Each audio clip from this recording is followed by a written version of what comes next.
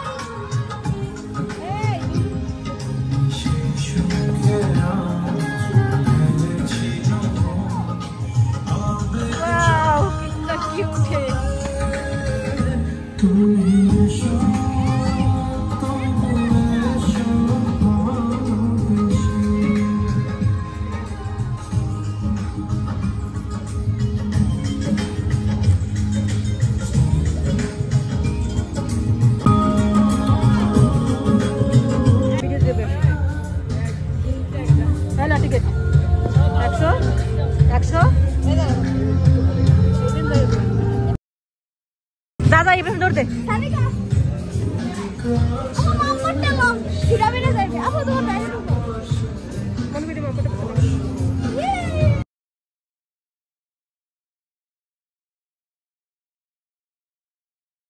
তো সবাই মিলে অনেক মজা করছি। আমি, মুন্নির ছেলে মদিনা, ইব্রাহিম সবাই মিলে আসছিলাম। আমাদের এরিয়াতে একটা মেলা আছে, এই মেলাতে এখন দেখতেছি অনেক নতুন নতুন জিনিস উঠাইছে। সত্যি খুব মজা এবং রিজনেবল প্রাইস, মানে প্রতিটা টিকিট আপনার 100 টাকা, কিন্তু অনেক সুন্দর, হয়তো আরও আধুনিক করবে। সো আমরা এত মজা করছি।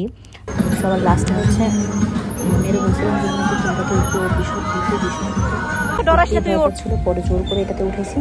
তারপরে চিল্লিয়ে মিলে ওর অবস্থা খারাপ। কোনো মতো বললাম যে কোনো প্রবলেম হবে না, আমরা তো দেখতেছি আর আমরা লুকআফটার করবো, তুই যা। বলদের ঘরে বলদ এত ভয় পায়। পরে বললাম যে মনি তুই কী কিনবি? পরে ও বলতেছে মনিফা আমি তো কিছু কিনবো না, তুই আমাকে একটা এগুলো ওই বাচ্চাদের হেলিকপ্টার কিনে দে। সামর্থ্য থাকলে একদম সত্যিকারে একটা হেলিকপ্টার কিনে দিতাম সাদিক বাবার জন্য। ও অনেক কিউট হয়েছে মাশাআল্লাহ। এরপর আমরা কী করছি, শীতকালের সময়, শীত সময়, তো আমরা কী করছি হচ্ছে হাঁসের মাংস, সিঙ্গারা এখানে ভাইরাল, এগুলো আমরা খেয়েছি, অনেক মজা করেছিলাম। এই যে আপনারা দেখতে পাচ্ছেন যে আমরা খাবার খাচ্ছি, খাবারটা খুবই মজার ছিল। সো আমাদের দিনটি কেমন চলছে আল্লাহ, আমি ভয়েস দিতেছি তো আজ।